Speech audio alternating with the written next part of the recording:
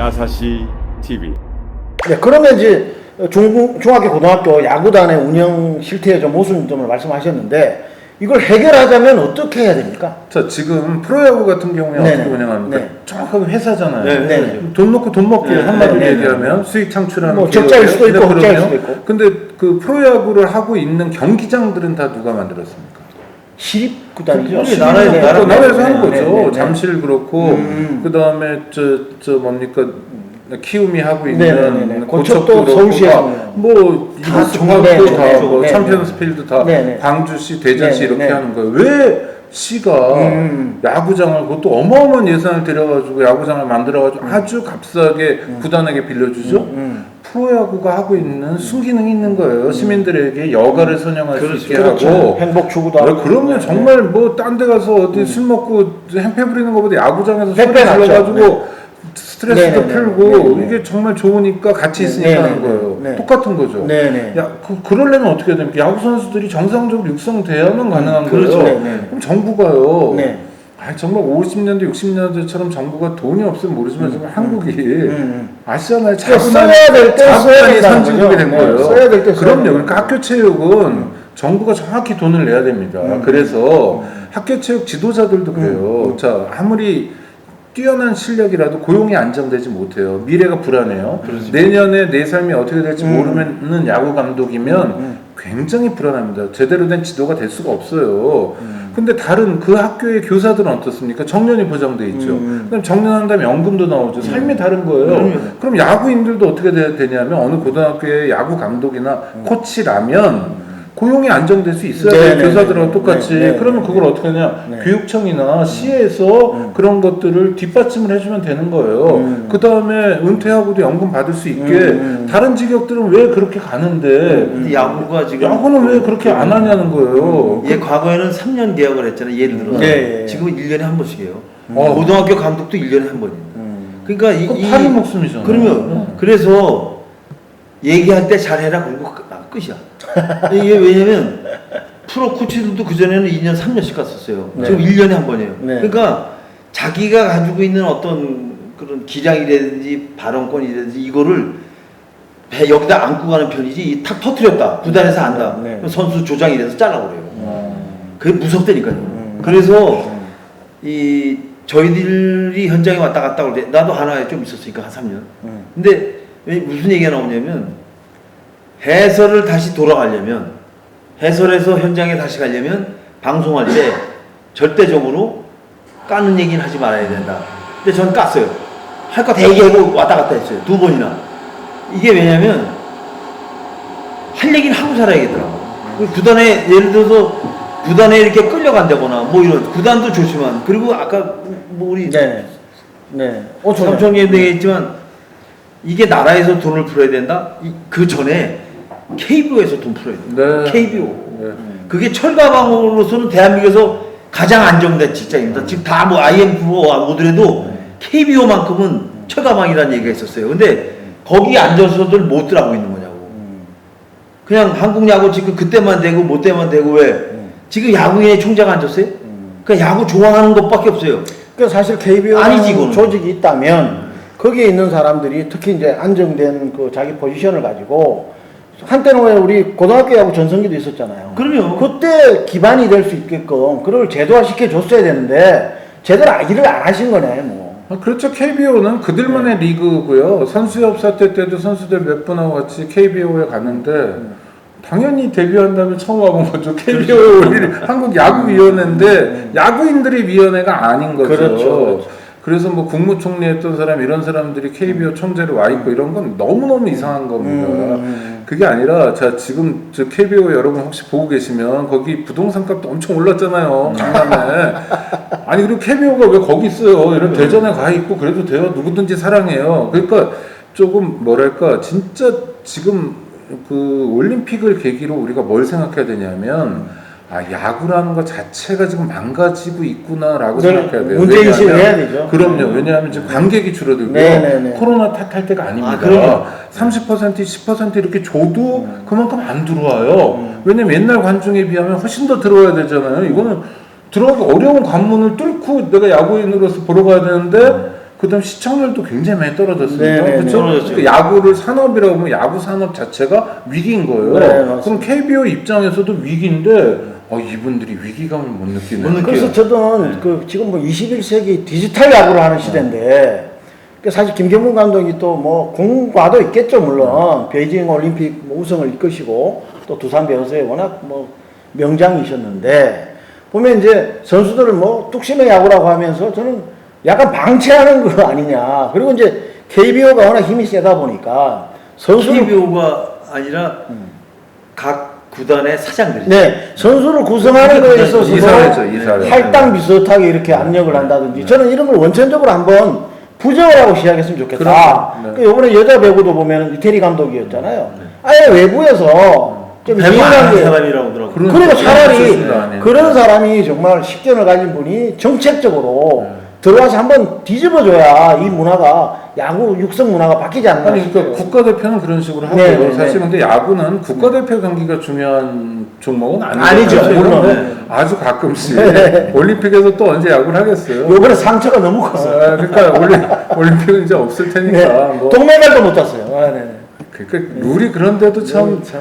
동메달도 못 따는 건 정말 아무나 하는 게 아닌데요. 이렇게 요리조리 승리를 피해 갔는데 네. 저는 그게 한국 야구의 아주 위험한 한국 야구 위험한 상황에 와 있다는 중요한 신호인데 야구인들이 귀담아 들어야 되는데 이 선생님이나 우리 박 선생님은 귀담아 들으시는데 KBO를 구성하고 있는 구단 사장들 있잖아요. 네. 이분들은 모기업의 마지막 길이니까 안 나서요. 그리고 안 모기업의 직원이고 네, 그런 기업의 직원. 자기가 관심 있는 건 삼성, 뭐 맞아요. SSG 이런 거지. 회장님 관심 많이 아니 그렇죠. 네, 회장님이 나를 어떻게 네. 혹시 불러주실래나 이런 거 말고는 그러니까 이게 구조적으로 문제가 네, 있는 네, 거예요. 네, 네. 정말 야구를 사랑하는 사람이면 정말 야구 팬이면 그걸 보면서 야 나는 그럼 내가 뭐 기아 타이거스의 내가 사장인데 우리 구단이라도 어떻게 좀 달리 운영할 수 없을까? 우리는 뭐 좀 상황을 어떻게 돌파할 수 없을까? 뭐 이런 고민을 하게 되거든요. 네, 야구는 맞습니다. 그렇잖아요. 네. 그럼 이제 프로야구 선수들과 구단과의 관계에 있어서는 요즘은 뭐 계약 관계나 이런 것들이 인권 문제에서는 크게 문제가 많이 없어졌어요. 예전보다 난 거죠. 나아지죠. 그럼 지금 고등학교 선수들과 예전보다 낫다는 네. 게 지금 문제가 없다는 게 아니라 네네네네. 예전처럼 저 엄하게 안 하는 정도지 지금도 많은 문제가 많죠. 각오는 명확합니다. 네네네. 선수들은 의리일 뿐이죠.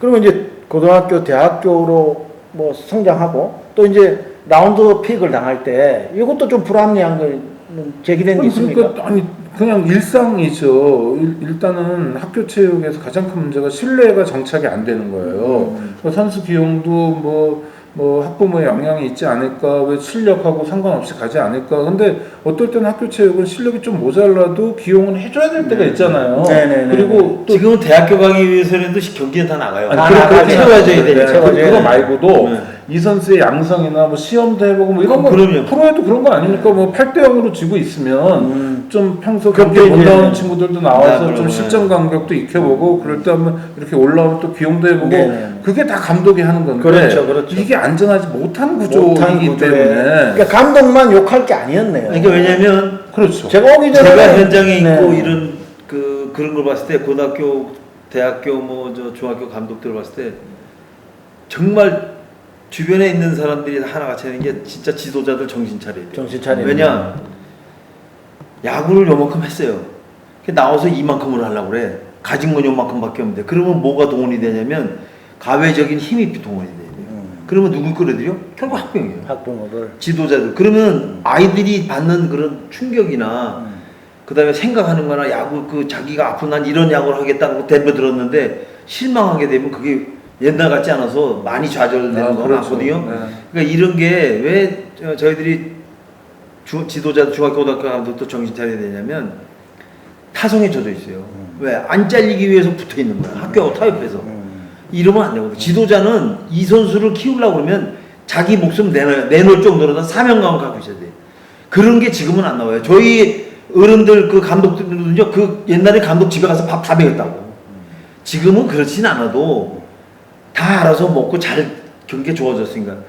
가지고 있는 생각을 아이들한테 다 주입을 시켜서 아주 훌륭한 선수가, 물론 그런 사람도 많이 있겠죠. 근데 일부 그렇지 않은 부분들이 너무 많기 때문에 항상 욕먹는 게 야구예요. 요즘 이제 주변의 학부모들 보면 옛날엔 이제 그 대입 입시 뭐 수험생을 가지고 있는 학부모들이면 노심초사하잖아요.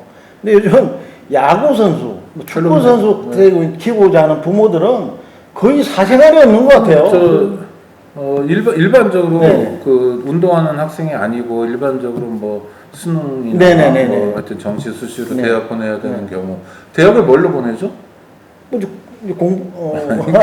옛날에 그랬고요. 네, 네. 70년대. 네네네. 지금 뭐 대학 가기 위한 3연서가 뭡니까? 내신 내신? 선생님 잘 모르시네요. 네. 일단 뭐냐면 네. 엄마의 정보력. 어머 정보가 있어야 되죠. 어느 그다음에 학교 좋다. 아빠의 무관심. 한번 들은 것 같아요. 무관심 아니고 네네. 아빠의 저 코너링. 아빠 코너- 운전은 해. 해줘야 되니까. 네, 무관심하면 안 돼요. 그다음에 네. 또 뭐가 필요합니까? 할아버지의 경제력. 할아버지가 다 손자 할아버지는 손녀를. 주로 부동산이죠. 네네네네. 그러니까 그냥 일반 대학도 사실 그 정도로 힘든데. 대주동 뭐 이런 거 보면 뭐 어마어마하게 과외 학원비 써야 되고 뭐 이런 거 아닙니까? 그다음에 어느 학원을 보내야 될지 이런 게 다 정보고. 근데 그게 야구에 공부하는 사람하고 야구하고 똑같아요. 그러니까요. 그런데 야구는요. 더 유독 더 힘들죠. 네. 왜냐하면 주말마다 따라다녀요. 경기장 다 쫓아다녀야죠. 몰아서 뭐 금은 학교에서 학교 생활도 다 해야죠.